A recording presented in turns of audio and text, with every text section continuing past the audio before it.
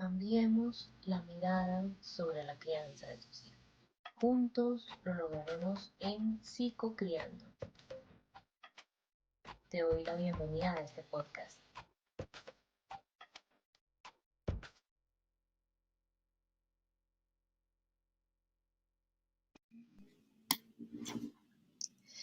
Bueno, hola, ¿cómo están? Me alegra mucho que nos encontremos en un nuevo episodio. Esta temporada, como les he dicho en capítulos anteriores, me llena de mucha ilusión porque es un tema del que eh, siento que pues sí es importante traerlo con profesionales que estén alineados a todo este tema del parto respetado y como saben, estamos hablando en esta temporada de esa maternidad. Inicialmente en capítulos anteriores hablábamos de esa maternidad primeriza, pero bueno, ya con otros invitados hemos hablado que con cada uno de esos hijos es una maternidad, digamos, que podríamos decir es primeriza porque cada embarazo es diferente, ¿no? Entonces, hoy es un tema, digamos, muy especial porque es los cambios físicos en el embarazo y digamos que por qué quise traer esto. Básicamente, recordarles que cuando yo estaba en el 2016 atendiendo en consulta externa en una entidad de salud, eh, tuve la oportunidad, digamos, de trabajar con algunas mujeres en estado de embarazo. Había ahí algunos, digamos, miedos, inquietudes sobre ciertos cambios que recién estaban viviendo, algunas por primera vez, porque era su primer embarazo, y tenían muchas preguntas, ¿no? Entonces, hoy en día, con todo este tema digital, las redes sociales, las plataformas y demás, siento que es importante que tengamos información veraz, más que ir a consultar, digamos, a Google todo el tiempo, ¿no? Y qué mejor que tener, digamos, una invitada hoy que esté alineada con este tema y maneja esto constantemente. Entonces hoy quiero compartirles que tenemos una invitada muy especial. Ella es la doctora Carolina Soto, ginecóloga, obstetra, es dula, es, bueno, profesora de yoga prenatal, pero dejemos que ella sea quien se presente con ustedes y conmigo. Entonces, Carolina, nuevamente gracias por estar acá. Cuéntanos un poco para todos los que recién te conocen, un poco a nivel personal, profesional, qué es lo que tú haces y por qué nos vas a hablar hoy de este tema acá en este episodio. Bueno, Gina, no, primero que todo, muchas gracias por la invitación, por interesarte pues por este tema del parto respetado. Yo soy ginecóloga y obstetra, me formé en la ciudad de Medellín, llevo más de 10 años ejerciendo, principalmente en el campo de la obstetricia más que en el de la ginecología, acompañando pues familias gestantes.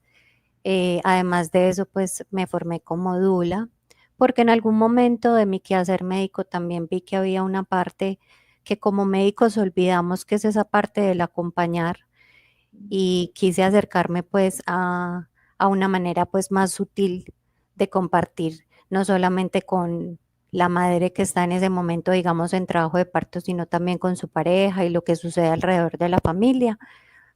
Yo hace mucho tiempo practico yoga, pues como a nivel personal, hace más o menos 13 años, pero también empecé a ver en mi quehacer médico que esas cosas que aprendía de mi práctica, como la respiración consciente, la visualización y algunos ejercicios de meditación, eran muy útiles para que las pacientes estuvieran más tranquilas durante el trabajo de parto o incluso cuando tenían como algunas angustias en el proceso de gestación como tal. Entonces, eso es como a lo que me estoy dedicando ahora, tratando como de dar una nueva mirada y una visión diferente de ese proceso de gestación que a veces puede parecer muy abrumador, no solamente para la mujer, sino como para la familia en general. Bueno, nuevamente, Carolina, gracias por estar acá con nosotros hoy. Entonces, para iniciar, me gustaría que nos ayudaras con una pregunta y es, ¿cuál sientes tú? Siento que es importante iniciar con esto y es, ¿cuál sientes tú que es la mirada o la forma en la que nosotros vemos y entendemos hoy en día como sociedad el embarazo?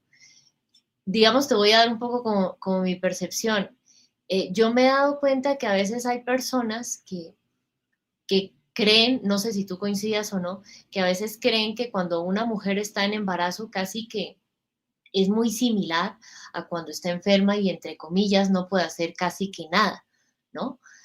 Eh, Claramente, pues digamos que no es así, pero algunas personas tienden a verlo así, entonces sí me gustaría que tú nos compartieras por todas las familias con las que has podido trabajar, cómo sientes que se percibe hoy en día en la sociedad el embarazo y realmente tenemos claro eh, que, pues digamos, es algo que está muy lejano a ser una enfermedad o una incapacidad para una mujer que está en este estado. ¿Qué podrías decirnos de eso, Carolina? Bueno, con respecto a eso, pues me ha tocado como enfrentarme a 2 situaciones especialmente. Lo que estás diciendo es muy cierto. En nuestra sociedad tenemos como establecido que la paciente embarazada es una paciente que de entrada está enferma, que no se puede mover ni hacer las cosas que hacía antes, ni tener la misma actividad física, ni estar pues como tan presente o participativa en sus labores profesionales. En realidad, el embarazo es una etapa de la mujer. La mujer pasa por varias etapas durante su vida y de hecho parte de la razón por la que yo personalmente elegí ser ginecobstetra era porque quería acompañar a esas mujeres en esas diferentes etapas de su vida, teniendo en cuenta que era más un acompañamiento que un intentar curar alguna enfermedad. Obviamente se presentan patologías durante el embarazo, para eso nos entrenamos y para eso pues estudiamos nosotros, pero la gran mayoría de las pacientes son pacientes que realmente son sanas y están pasando por una etapa de su ciclo vital. Por otro lado, me llama mucho la atención que me hagas esa pregunta porque lo hablo mucho con mis pacientes, incluso con las estudiantes de yoga prenatal, porque ellas se sienten obligadas a estar felices. Y eso es algo impuesto por la sociedad. Y se sienten muy culpables cuando algo las abruma o se levantan un día tristes o tienen una pérdida o están pasando por un duelo por algún familiar, alguna mascota, porque piensan que el hecho de estar tristes o de llorar o de sentirse angustiadas le va a hacer daño a su bebé. Y muchas veces también he hablado con ellas y les digo que está bien sentirse triste en el embarazo, que no siempre tenemos que estar contentas de estar embarazadas. Son momentos, obviamente no todos los embarazos van a ser aceptados, se debe hacer un proceso pues alrededor de eso, pero es algo impuesto por la sociedad que es importante que tengamos en cuenta, siguen siendo personas comunes y corrientes que tienen días buenos, días malos y que en algunos momentos se pueden sentir angustiadas también y deberíamos ser más soporte que como una especie de jurado que va a estar ahí poniéndoles una carga para que se sientan culpables.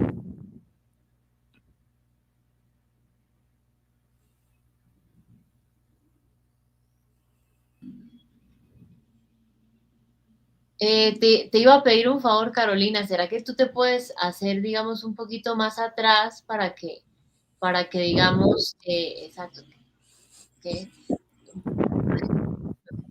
listo. Aquí, Sí, sí, ahí queda bien. Bueno, sí, entonces sigamos. Entonces, Carolina, entonces digamos, ¿qué sientes que podría ayudarle a las personas que a veces tienen alrededor a una mujer que está en estado de embarazo, sea cual sea el trimestre en el que está esa mujer, que podría ayudarles a tener una mirada tal vez más comprensiva y, por qué no, empática sobre lo que está viviendo en esta mujer? Tú ahí nos decías, a veces, me parece muy fuerte lo que decías de que a veces hay mujeres que están en embarazo que se sienten en la obligación de casi que disfrazar sus emociones para tener esa aprobación o esa aceptación de los demás. ¿Qué podríamos decirle a esas personas que tal vez escuchan esto y tienen cerca a una mujer que está en un proceso de gestación para que salgamos un poco de esas cosas tú más que yo lo sabes, que le genera solo cargas innecesarias y bastante injustas a esa mujer y a su entorno más cercano que están viviendo este proceso de formar familia. Pienso que es importante tener en cuenta el concepto de familia gestante. Cuando hay un embarazo, no estamos enfrentados solamente a esa mujer embarazada, ¿cierto? Es toda una familia que está alrededor, que está viviendo un proceso de gestación. Esos cambios físicos, emocionales, incluso espirituales que se presentan en la paciente, obviamente van a estar también afectando a su pareja si tiene pareja o a la persona que tenga pues como apoyo, sea la mamá, el papá, su familia más cercana. Entonces, creo que nosotros como médicos y las personas que hacen parte de la familia más extendida o los amigos, debemos comprender que no se trata solamente de esa persona, sino que es un proceso a nivel familiar. Y lo traigo a colación porque hace poco estuve en la India y allá digamos que la visión es un poco más diferente y el hijo hace parte de la comunidad. Entonces es un hijo de la comunidad y en caso de que algo le suceda a esa mamá o que pase algo con la familia o que sea difícil, digamos, el sustento para ese bebé que viene en camino, toda la comunidad más cercana va a ayudar para que ese sea un buen ser humano porque hace parte de la comunidad. Pienso que de pronto eso en nuestra sociedad se ha perdido un poco y nos hemos vuelto un poco más individualistas en ese sentido. Qué importante eso que nos dices y qué lindo, porque sí siento que son, a veces son prácticas culturales de otros lugares que sí, digamos, podríamos poco a poco ir teniendo en cuenta, porque claro, sí, hace poco en otro episodio le escuchaba a una dula que me decía acá, Gina, pero es que si nos damos cuenta que haya un embarazo sano, pleno, no depende solo de la pareja que está cerca de la familia, sino es un asunto de toda la sociedad, eso cambiaría mucho y va muy relacionado a lo que ahorita decías, que digamos pudiste ver en la India, en ese viaje que tuviste la oportunidad de hacer, ¿no? Al verlo como, ok, ¿qué puedo hacer yo? Llámese si soy el vecino, si soy el hermano, si soy, bueno, ya la, digamos la pareja, pues claramente mucho más, si soy tal vez la mamá de esa mujer que está en embarazo, para ayudarle, digamos, en la medida de lo posible para que esto sea en realidad lo más memorable posible, como en ese episodio también decía esa dula, ¿no? Entonces, qué importante eso que nos dices hoy.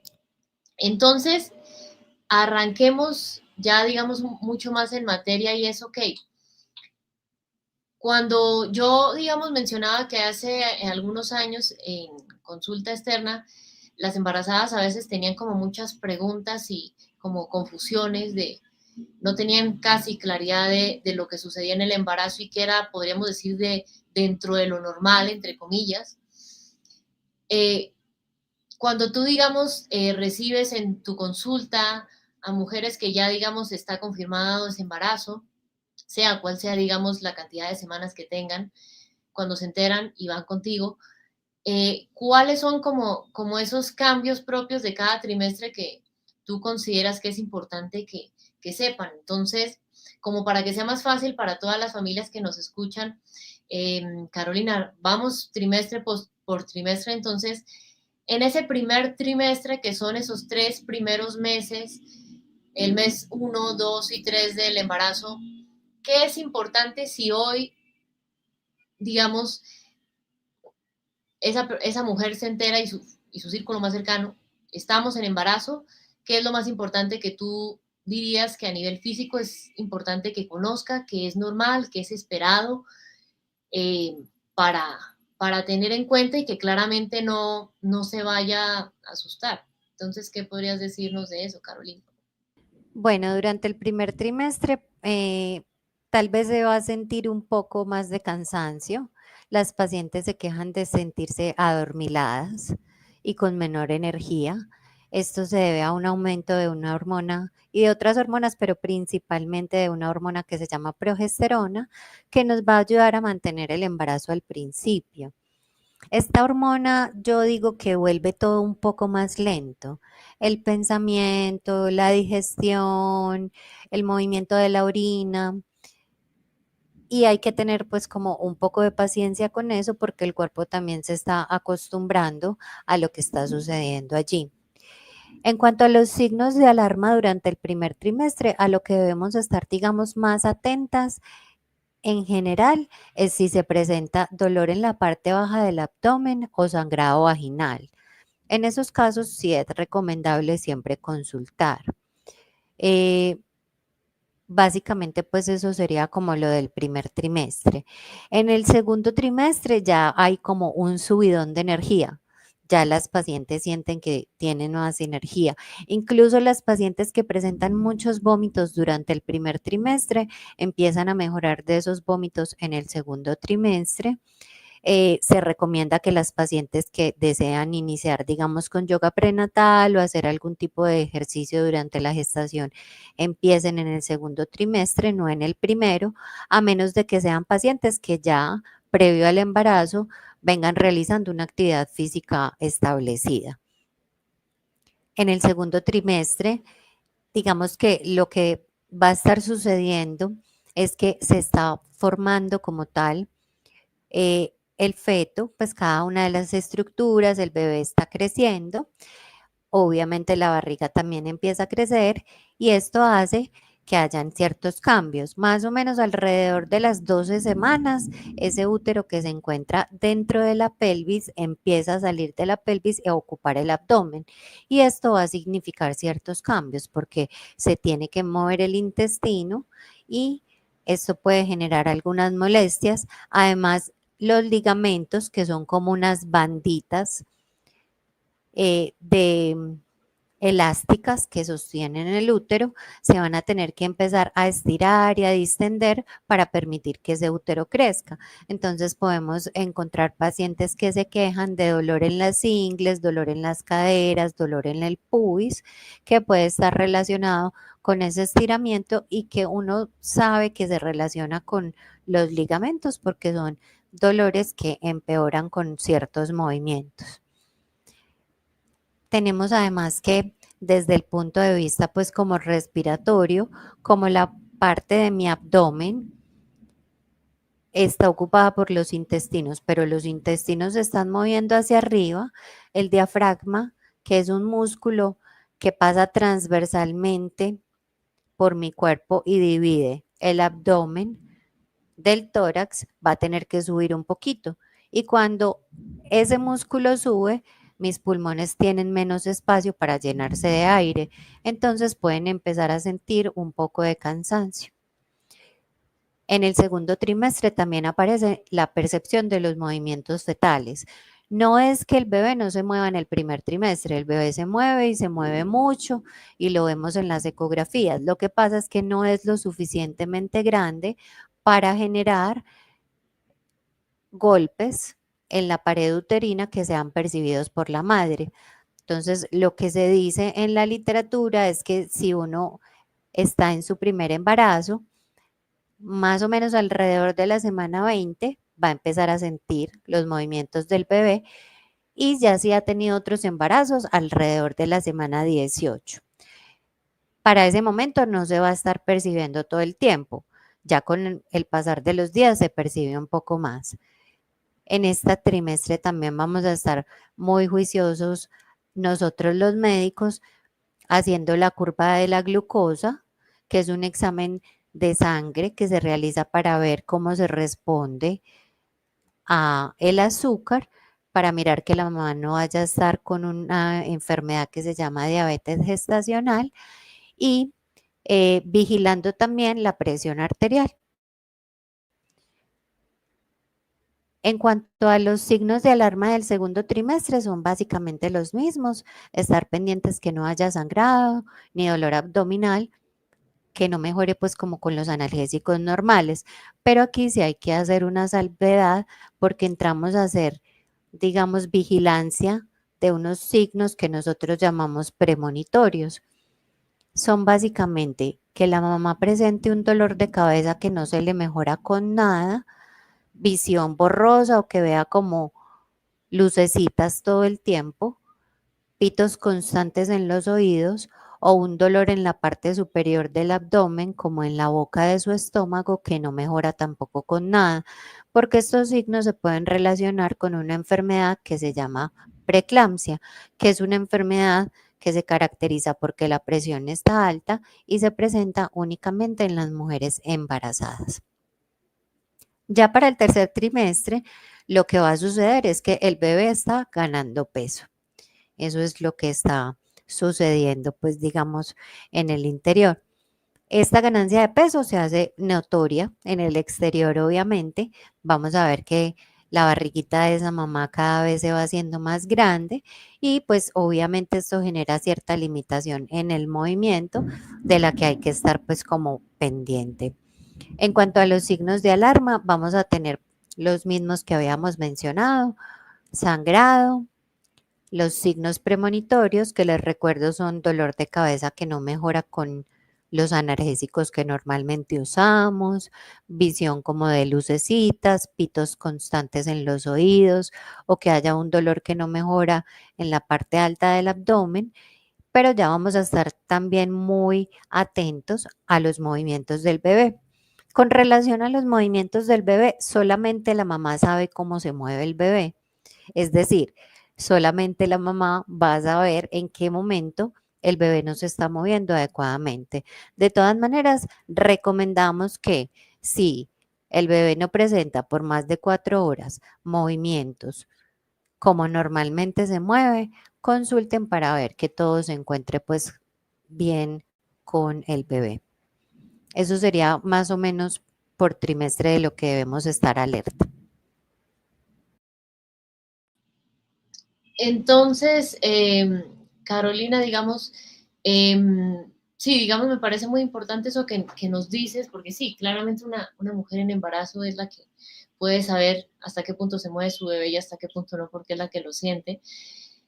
Em, hay, y digamos esto lo digo porque me di cuenta cuando atendía a mujeres en embarazo hace unos años, hay a veces ciertas, no sé si llamarlos mitos o falsas creencias más bien, alrededor de las señales de alarma del embarazo, ¿no? Tú ahí nos dijiste cuáles tienen a ser propias de cada trimestre, pero sí me gustaría que tú nos dijeras, así digamos a detalle, tal vez eh, hay ciertos, no sé, digamos, ¿por qué? Espérate que me enredé yo sola. Hay ciertos, digamos, señales inesperadas, podríamos decir, que sucedan en el embarazo que podrían no ser cosas comunes que sucedan en una mujer en embarazo que se confunden a veces con señales de alarma. ¿Has podido, digamos, ver algo así o digamos, tal vez no, como para saber, ok, más o menos cuál es el criterio que se tiene en cuenta de cosas que pueden ser consideradas una señal de alarma y tal vez qué cosas no, como para que las familias que nos están escuchando y están en ese proceso de este embarazo, sea el primero o ya hayan vivido otras experiencias de embarazo antes, se den cuenta, ok, esto puede que no le suceda a todas las mujeres en embarazo, pero tal vez esto no es una señal, digamos, de alarma. ¿Qué has podido ver tú con las familias que has podido, digamos, trabajar, Carolina? Sí, alrededor de esto, digamos, yo creo que lo más importante a tener en cuenta es que cuando estamos con una paciente que está embarazada, no deja de ser un ser humano normal. Es decir, la paciente se puede enfermar de cualquier otra cosa. Puede tener una diarrea, le puede dar un COVID, se puede enfermar de una apendicitis, le puede dar una neumonía y eso nos traería ya unos signos de alarma que no son necesariamente específicos del embarazo, sino de esa enfermedad con la que está cursando en ese momento, ¿cierto? También hay ciertos mitos alrededor. Vomitar al principio del embarazo, digamos que puede ser un signo normal de embarazo, incluso evolutivamente hace parte de esa manera de que la mujer se dé cuenta que está cursando con un embarazo, pero hay cierto punto en el que ya deja de ser normal, cuando no hay una tolerancia a la vía oral y la paciente no se puede alimentar adecuadamente o está perdiendo peso. Entonces, son cosas que empiezan sucediendo normalmente como cambios fisiológicos y luego se nos van convirtiendo en algo que debemos manejar. ¿Qué más mitos? Es que me estoy manchando. Resulta que sí pueden aparecer manchas en la piel, principalmente a nivel de la cara, los pezones se ponen más oscuros, la línea alba, que es una línea que va del ombligo hacia el pubis, los genitales externos y las axilas. Eso también hace parte de un cambio normal del embarazo y no quiere decir que ellas se vayan a quedar para siempre con esas zonas más oscuras o más pigmentadas, porque eso generalmente revierte después del embarazo. Se puede perder un poco el cabello, por ejemplo, y hace parte de los cambios normales del embarazo e incluso en el posparto y durante la lactancia puede aumentarse un poco más, pero esto también va a revertir después del embarazo y va a volver a nacer ese cabello que han estado perdiendo.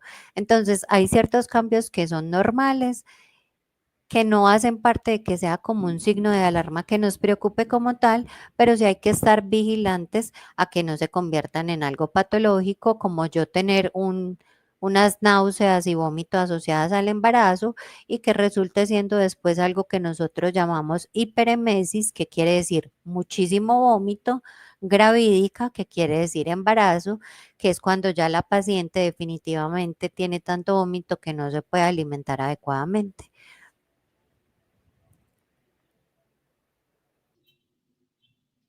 Entonces, para complementar un poco eso que nos cuentas, ya como para aclarar un poco esos mitos, ¿cuáles sientes tú que pueden ser esas complicaciones de las que más toca estar un poco alerta o atentos en el embarazo, eh, que tal vez requieren un manejo, digamos, tal vez no solo llamando al especialista o tal vez no solo yendo a consulta, sino tal vez ya toca literal ir a urgencias para que lo revisen y hagan una atención, digamos, lo más pronto posible? ¿Cuáles son esas señales que tú has podido ver en tu trabajo que tal vez a veces como que normalizamos y no, digamos, hay que quedarse sentado, sino toca actuar rápido porque pueden ser tal vez minutos decisivos en esa gestación? Y aquí, digamos, traigo un ejemplo que me sucedió en una de las últimas familias que estaban en embarazo que pude atender.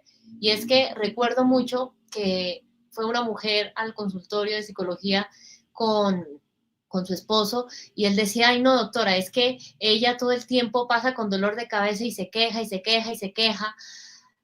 Y yo me puse a pensar, pero pues en realidad sería importante que tal vez esto se le haga un manejo más como médico a ver qué es, porque él pensaba, no, es que ella molesta mucho porque pasa todo el tiempo con dolor de cabeza y no quiere hablar, no quiere hacer nada, pero se está un poco como normalizando esto y tal vez hay ciertas, no sé, tal vez hay ciertas señales que tú te has dado cuenta que caemos en normalizar mucho y tal vez no son tan normales y no hay que quedarnos sentados sino actuar porque puede estar en riesgo ese bebé, puede estar en riesgo esa madre o pueden estar en riesgo los dos. ¿Qué podrías decirnos de eso para los que escuchan esto y digamos, a veces en esas situaciones, no sé si porque no lo han vivido antes o por desconocimiento, se quedan congelados y no hacen nada? Entonces, ¿qué podríamos hacer en esas situaciones, Carolina? ¿Y en qué casos? Claro. Sí, claro. Como veníamos hablando previamente, va a depender obviamente del trimestre en el que nos encontremos con esa mamá. Durante el primer trimestre, evidentemente nunca va a ser normal que haya un sangrado.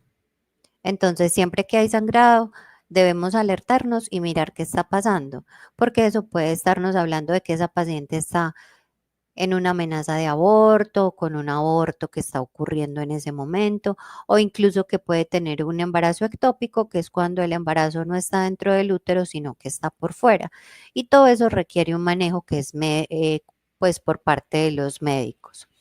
Ya a medida que va avanzando el embarazo, más entrando en el segundo trimestre, tenemos que estar pendientes no solamente del sangrado, sino de esos signos premonitorios que les había comentado. Un dolor de cabeza que no mejora en una paciente embarazada siempre va a ser mandatorio de que por lo menos le tomemos la presión para ver si está con la presión alta o no. O cualquiera de las otras cosas de las que hablamos, que tenga visión borrosa, que vea como lucecitas, pitos en los oídos constantes o dolor constante en la boca del estómago. Ya cuando el bebé se empieza a mover después de la semana 20, cuando en algún momento el bebé no se mueve adecuadamente para lo que normalmente se mueve, eso también va a corresponder a un signo de alerta del que debemos estar atentos. Después de cualquier dolor que no mejore con ningún analgésico, es importante consultar, o si en algún momento hay salida de líquido abundante por la vagina. Nosotros le decimos a las pacientes que deben consultar si hay salida de líquido como si se hubiera roto literalmente una bomba de agua dentro de ellas. Sin importar cuántas semanas tenga, es importante consultar para ver que no se haya roto las membranas donde está envueltico el bebé y esté saliendo el líquido amniótico. Y ya más entraditos en el tercer trimestre, estar muy pendientes de los movimientos del bebé y de los premonitorios que habíamos mencionado anteriormente. Cuando ya nos estamos acercando al trabajo de parto, digamos que no es tanto como signos de alarma, sino que son como los signos por los cuales debo consultar porque probablemente puedo estar en trabajo de parto, que sería que la paciente empiece con contracciones. Esas contracciones se van a ir volviendo cada vez más frecuentes y más intensas. Entonces, ¿en qué momento me voy para la clínica? Cuando ya tengo más o menos cada 3 a 5 minutos contracciones, que sean de buena intensidad, es decir, que duren más o menos 45 segundos y que adicional a eso yo lleve con las contracciones más de una hora, porque lo que empieza a suceder es que como mi útero se está preparando para el parto, empiezan las contracciones y son muy frecuentes, pero se desaparecen a la media hora. Esas contracciones no son tan efectivas, es como una preparación. Pero cuando ya me dura más de una hora y persiste ese patrón de contracciones, es importante consultar. En ese caso, cuando estoy cerca del trabajo de parto, lo mismo, si el bebé no se mueve adecuadamente, si tengo premonitorios o salidas de líquido, debo consultar inmediatamente. Antes de arrancar el trabajo de parto, incluso desde el segundo trimestre, se pueden presentar algunas contracciones que nosotros denominamos contracciones de Braxton Hicks, que son unas contracciones que se dice que son contracciones falsas. Simplemente el útero se contrae, pero son esporádicas y no generan ninguna alteración a nivel del cuellito del útero ni lo empiezan a abrir, entonces no, digamos que no tienen tanto significado clínico, aunque pueden ser molestas para las pacientes.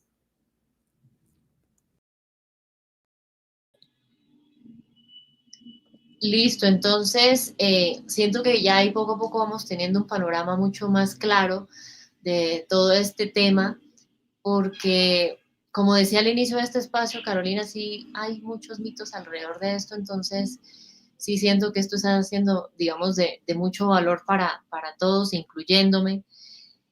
Para, digamos, poco a poco entonces ir cerrando este espacio, me gustaría entonces que nos des un mensaje final y es, ok, ¿cuál sientes que podría ser ese mensaje que todas las familias que nos escuchan en este momento, que tal vez están planeando quedar en embarazo o ya están viviendo ese primero, segundo o tercer o más embarazo en su familia, que podría ayudarles a que logren un cambio, digamos, de mirada de este tema, que en realidad nos demos cuenta que aprender más del embarazo no es, digamos, algo malo, sino que puede ser muy positivo para que podamos apoyarnos, como decías tú, que hacen, digamos, en China, si no recuerdo mal, y es, ok, estamos juntos en esto, vamos a vivir esto mes a mes, trimestre a trimestre, con cada uno de esos cambios vamos a ir navegándolos para que en realidad nos demos cuenta que a veces, tristemente, pues se lo escuchaba también a otra dula que estuvo acá y es, a veces esa embarazada vive todo este proceso un poco sola, ¿no? Y resulta que si bien físicamente es la que está viviendo, digamos, esos cambios, alrededor sí siento que puede ayudar ese ambiente que sea, digamos, más comprensivo y, ¿por qué no más empático y más paciente? Si conoce y se informa de estos temas, entonces, ¿qué podría decir a las familias que tienen cerca a alguien que está en embarazo para que en realidad se involucren en este proceso? Porque puede, yo siento que no le resta nada y puede sumarle demasiado a transitar por esto de una forma mucho más llevadera para esa mujer en el embarazo, porque a veces hay mujeres en embarazo que uno sí escucha, e incluso hace algunos años me pasó con una amiga que estaba esperando a su hijo, que como su ambiente cercano no está viviendo físicamente eso, a veces como que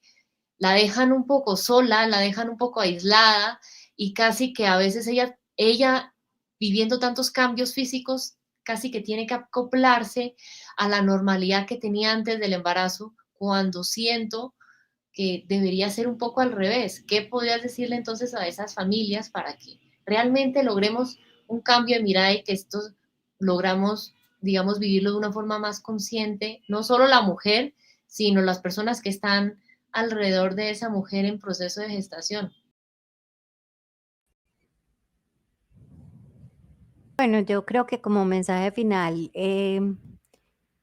traigo nuevamente lo que ya había mencionado. Cuando hay un proceso de gestación, no es una mamá gestante, es una familia gestante. Esa familia puede estar compuesta de cualquier manera, o sea, no tiene que ser una familia tradicional. Incluso puede ser una familia donde sea esa mamá con sus padres, o sea, los abuelos del bebé, esa mamá con una hermana, esa mamá con una amiga porque está en el exterior y su apoyo es una amiga, esa mamá con una pareja del mismo sexo, por ejemplo.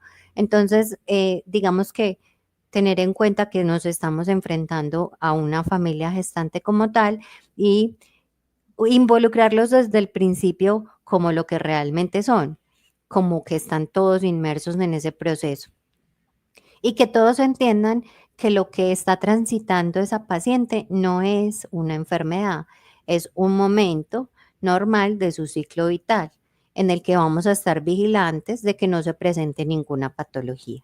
Entonces pienso que eso es importante.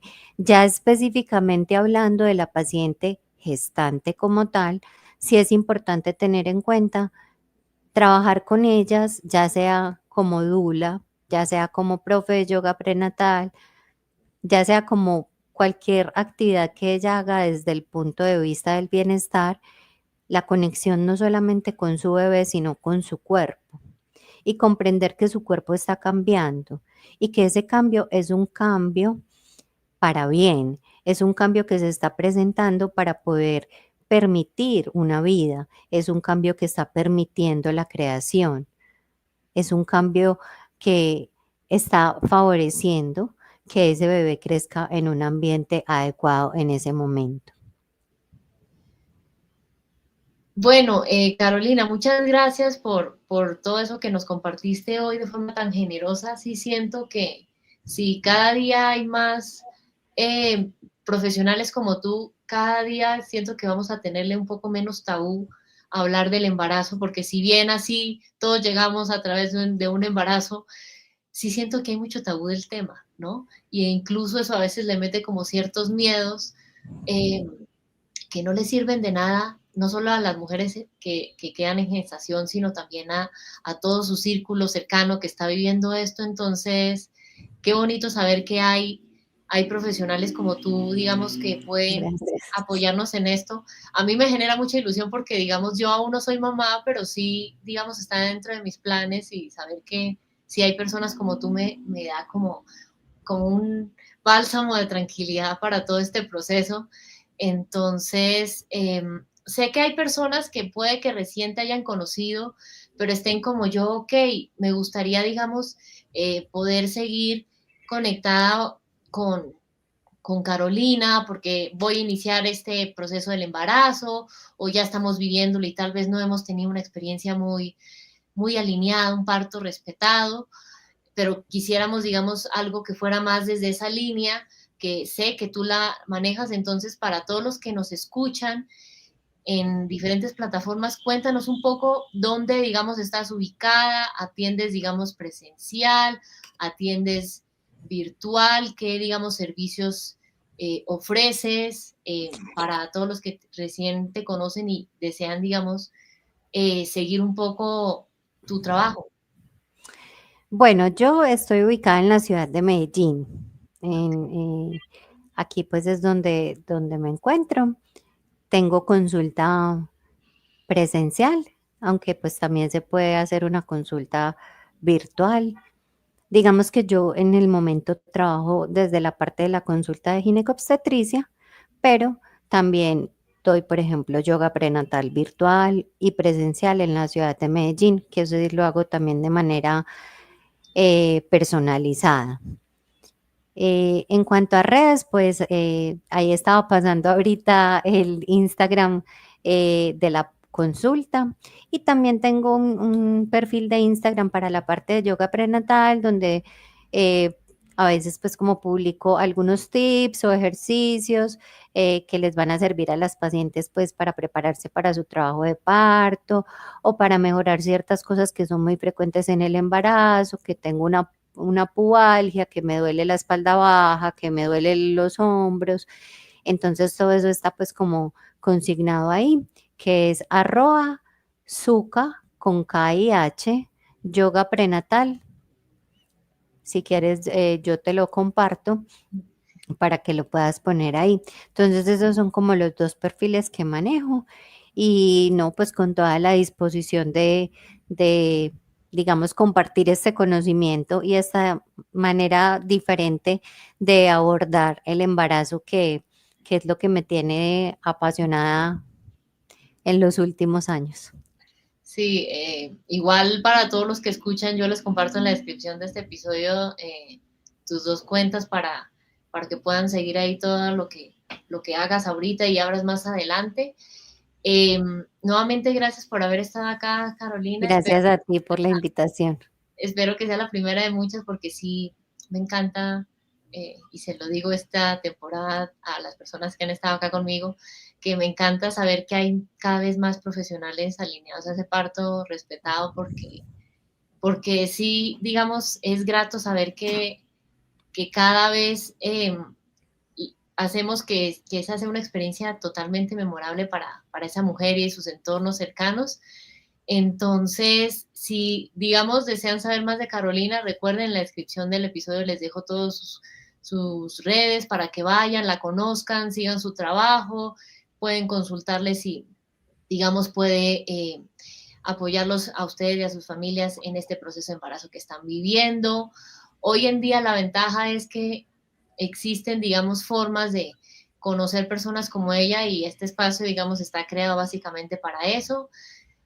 Si desean resolver alguna otra duda adicional de este tema, igual pueden dejarla aquí en el episodio y yo se la transmitiré a Carolina para que nos ayude a responderla, o si no, luego, digamos, mirar tal vez otro espacio que podamos hacer para ir respondiendo dudas que les queden sobre esta situación o algo específico que estén viendo ustedes. Y lo que les digo siempre, la idea es que juntos logremos tener una mirada cada día más consciente sobre diferentes situaciones que suceden en la crianza de mi familia, en la de otras familias. Por eso está creado este espacio que es Psicocriando. Recuerden seguirnos en todas las plataformas que nos están escuchando, recomendarlo para que este mensaje llegue cada vez a más familias y realmente tengamos información actualizada sobre lo que en realidad es ese parto respetado y conocer profesionales como Carolina que no, digamos, la ventaja con este espacio es que podemos conectar con personas como ella. Entonces, esto es todo entonces por el episodio de hoy. Un abrazo enorme, Carolina. Un Muchas gusto haberte gracias. conocido y primera de Igualmente. muchas. Muchísimas gracias. Bueno, un abrazo. Chao. Gracias, igual, un abrazo. Muchas gracias.